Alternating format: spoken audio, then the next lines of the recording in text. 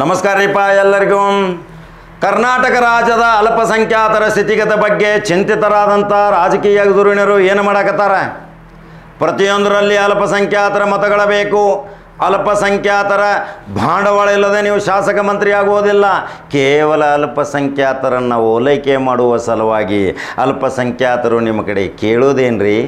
ಅವರು ರಾಜಕೀಯ ಭದ್ರತೆ ಕೊಡಬೇಕು, ಶೈಕ್ಷಣಿಕ ರಂಗದಲ್ಲಿ ಭದ್ರತೆ ಕೊಡಬೇಕು, ವೈದ್ಯಕೀಯದಲ್ಲಿ ಅವರನ್ನು ಭದ್ರತೆ ಕೊಡಬೇಕು, ಅನೇಕ ಅವರ ವಿದ್ಯಾರ್ಥಿನಿಯರಿಗೆ ಪ್ರೋತ್ಸಾಹ ಕೊಟ್ಟು ಶಿಕ್ಷಣ ರಂಗದಲ್ಲಿ ಕ್ರಾಂತಿ ಮಾಡುವಂಥ ಕ್ರಾಂತಿಕಾರಿ ಬದಲಾವಣೆಗಳನ್ನು ಮಾಡಬೇಕು. ಇದೇ ಕಾಂಗ್ರೆಸ್ದವರು. ಈ ಕಾಂಗ್ರೆಸ್ಸದ ಗುಲಾಮರಾಗಿ ಈ ಮುಸಲ್ಮಾನರು ಬೆನ್ನ ಹತ್ಯಾರಂದ್ರೆ ಇನ್ನೂ ಏನೇನು ಪರಿಸ್ಥಿತಿ ನಿರ್ಮಾಣ ಆಕೈತಿ, ಇನ್ನೂ ಎಚ್ಚೆತ್ತುಕೊಳ್ಬೇಕಲ್ರಿ. ಅಲ್ಪಸಂಖ್ಯಾತರ ಹೆಸರು ಹೇಳ್ಕೊಂಡು ಅಲ್ಪಸಂಖ್ಯಾತರಿಂದ ಇವತ್ತು ಸರ್ಕಾರ ಬಂದಿದ್ದು, ಇವತ್ತು 136 ಸೀಟು ಬಂದಿದ್ದು ಅಲ್ಪಸಂಖ್ಯಾತರ ಸಪೋರ್ಟ್ದಿಂದ. ಅಲ್ಪಸಂಖ್ಯಾತರೇ ತಟಸ್ಥ ಉಳಿತಿದ್ದರಂದ್ರೆ ಇವತ್ತು 150 ಸೀಟು ಭಾರತೀಯ ಜನತಾ ಪಕ್ಷ ಬರ್ತಿತ್ತು. ಇದು ಖಡಕ್ ಜವಾರಿ ಕಾಕ ಈ ಹಿಂದಕಲೇ ಹೇಳಿದ್ದ. ಆದರೂ ಸಹಿತ ಇವತ್ತು 12 ಶಾಸಕರು ಮಾತ್ರ. ಎಷ್ಟೋ MLCಗಳನ್ನ ಮಾಡುವಾಗ ಇಲ್ಲಿ ಮಲ್ತಾ ಇದ್ದವ್ರನ್ನೇ ತೋರ್ತೀರಿ. ಉತ್ತರ ಕರ್ನಾಟಕಕ್ಕಂತೂ ಮರೆತು ಬಿಟ್ರಿ. ಉತ್ತರ ಕರ್ನಾಟಕದಾಗ ಯಾರು ಬೆಳಿಬಾರ್ದು, ಉತ್ತರ ಕರ್ನಾಟಕದಿಂದ ಯಾವರೇ ಒಬ್ಬ ನಾಯಕ ದೊಡ್ಡದಾಗಿ ಬೆಳೆದಂದರೆ ಅಲ್ಲಿ ಮುಳ್ಳಾಗ್ತಾರೇನ್ರಿ ದಕ್ಷಿಣ ಭಾರತದವ್ರಿಗೆ? ಇದನ್ನು DK ಸಿದ್ದರಾಮಯ್ಯ ಅವಲೋಕನ ಮಾಡ್ಕೋಬೇಕು.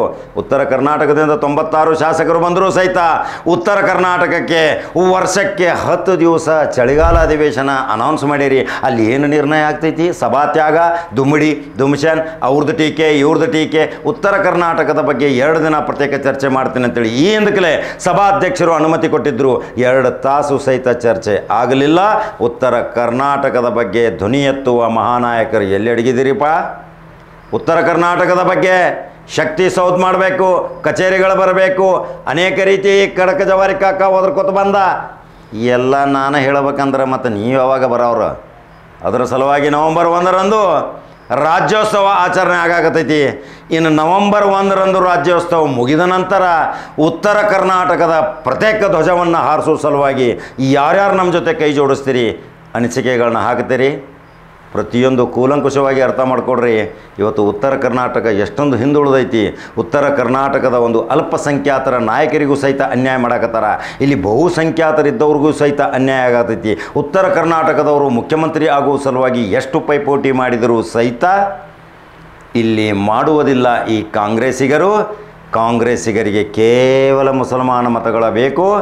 ಇದೇ ಉತ್ತರ ಕರ್ನಾಟಕದ ವಿಜಾಪುರ ಮತ್ತು ಬಾಗಲಕೋಟೆ, ಬೆಳಗಾವಿ, ಹಾವೇರಿಯಲ್ಲಿ ಎಷ್ಟೊಂದು ಕಾಂಗ್ರೆಸ್ಗಾಗಿ ದುಡಿದಂಥ ಮುಸಲ್ಮಾನ ಧುರೀಣರು ಈಗ ಕಾಂಗ್ರೆಸ್ ಬಿಟ್ಟು ಹೋಗುವಂಥ ಪರಿಸ್ಥಿತಿ ಬಂದೈತಿ.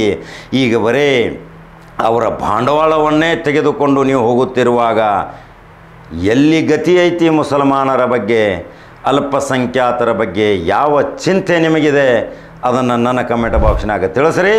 ಇಲ್ದಿದ್ದರೆ ಹೋರಾಟದ ಮುಖಾಂತರ ಎಚ್ಚೆತ್ತರ ಅಲ್ಪಸಂಖ್ಯಾತರು ವಿಧಾನಸೌಧಕ್ಕೆ ಲಗ್ಗೆ ಹಾಕುವ ಕಾಲ ಬರ್ತೈತೆ ಅನ್ನೋದೇ ಖಡಕ್ ಜವಾರಿ ಕಾಕನ ಇದು ವಿಷಯ. ಹಾಗಾದ್ರೆ ಯೂಟ್ಯೂಬ್ದಾಗ ಬಟನ್ ಹೊಡ್ರಿ, ನಂಬರ್ 1 ನ್ಯೂಸ್ ಕನ್ನಡ, ಫೇಸ್ಬುಕ್ದಾಗ ಫಾಲೋ ಮಾಡಿರಿ. ಮತ್ತೊಂದು ಖಡಕ್ ಜವಾರಿ ಸುದ್ದಿ ಬರ್ತೀನಿ. ನಮಸ್ಕಾರ.